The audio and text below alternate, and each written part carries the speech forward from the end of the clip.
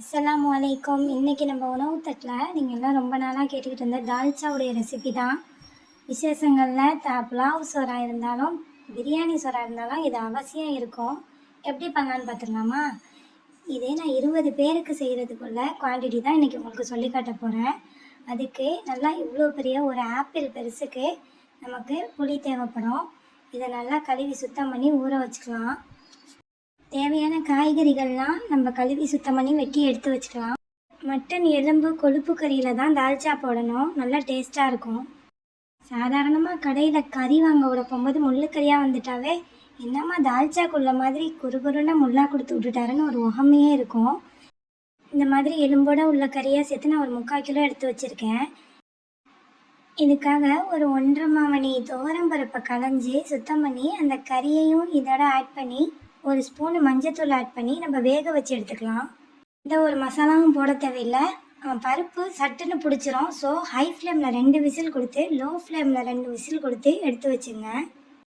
இப்போ ஒரு அடிகனமான சட்டி அடுப்பில் வச்சு நல்லா ஒரு தாராளமான சட்டியாகவே வச்சுங்க. ஒரு 200 ml ஆயில் போட்டு கொஞ்சம் பட்டை, 6 கிராம்பு, 6 ஏலக்காய், ஒரு 2 பிரிஞ்சி லீஃப் போட்டு ஒரு 2 பெரிய சைஸ் பல்லாரி வெங்காயத்தை உள்ளக்க சேர்த்து 100 கிராம் இஞ்சி பூண்டு பேஸ்ட்டும் ஒரு கைப்பிடி அளவு புதினாவும் போட்டு நல்லா கிளறி விட்டுக்கிறேன். இதோட ஒரு 2 கொத்து கருவேப்பிலையும் ஒரு 3 பெரிய சைஸ் தக்காளியை வெட்டி உள்ளே சேர்த்து வதக்கிக்கிறேன்.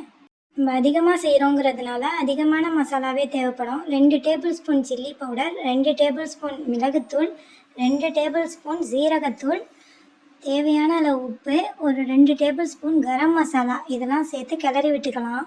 மசாலா பொரிஞ்சதுக்கப்புறம் நம்ம 3 ஈட காய்கறி போட போகிறோம்.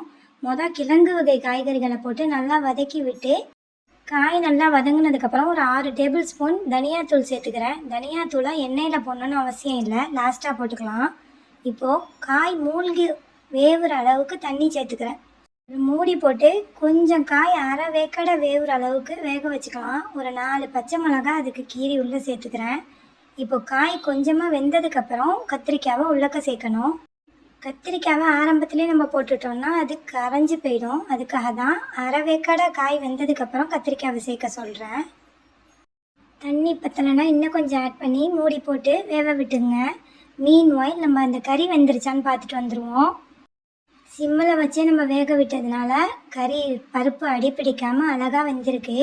இதோட நம்ம புளி கரைச்சலை ஆட் பண்ணி நல்லா கரைச்சி வச்சுக்கலாம். புளியோடைய அளவு உப்புடைய அளவுலாம் நம்ம வாயில் வச்சு பார்த்து தான் தால்ச்சாக்கு பண்ண முடியும். அதை எக்ஸாக்டாக சொல்ல முடியாது.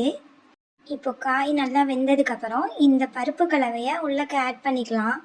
இந்த டைமில் தான் நம்ம மாங்காய் ஆட் பண்ணணும். மாங்காவையும் நம்ம ஆரம்பத்துலேயே சேர்த்தோன்னா அதுவும் களைஞ்சு போயிடும். அதனால் 3 மாதிரி டைம் கொடுத்து 3 மாதிரி காய்கறியை உள்ளக்க சேர்த்துங்க. இதை ஒரு 5 நிமிஷம் கொதிக்க விடுவோம். 5 நிமிஷம் கொதித்ததுக்கப்புறம் ஒரு அரை மூடி தேங்காவை அரைச்சி நான் உள்ளக்க சேர்த்துக்கிறேன். இது முற்றிலும் ஆப்ஷனல் தான், நீங்கள் விருப்பப்பட்டால் சேர்த்துக்கலாம், இல்லைன்னா ஸ்கிப் பண்ணிடலாம். மல்லித்தலைகளை போட்டு கொஞ்சம் தாராளமாகவே கறி லீஃபு காம்போடு சேர்த்து சிம்மில் போட்டு ஒரு 10 நிமிஷம் கொதிக்க விடுங்க. சூப்பரான தால்ச்சா ரெடி ஆகிடும். நீங்கள் வெஜிடேரியனாக இருந்தால் தாராளமாக கறியை ஸ்கிப் பண்ணிவிடுங்க. புலாவ் சோறு ஏற்கனவே நம்ம சேனலில் இருக்குது. வேணுங்கிறவங்க அந்த லிங்க்கு நான் ஷேர் பண்ணுறேன், போய் பாருங்கள். என்னோட வீடியோஸ் பிடிச்சிருந்தா லைக் பண்ணுங்கள், ஷேர் பண்ணுங்கள், சப்ஸ்கிரைப் பண்ணுங்கள். அடுத்த வீடியோவில் சந்திக்கலாம்.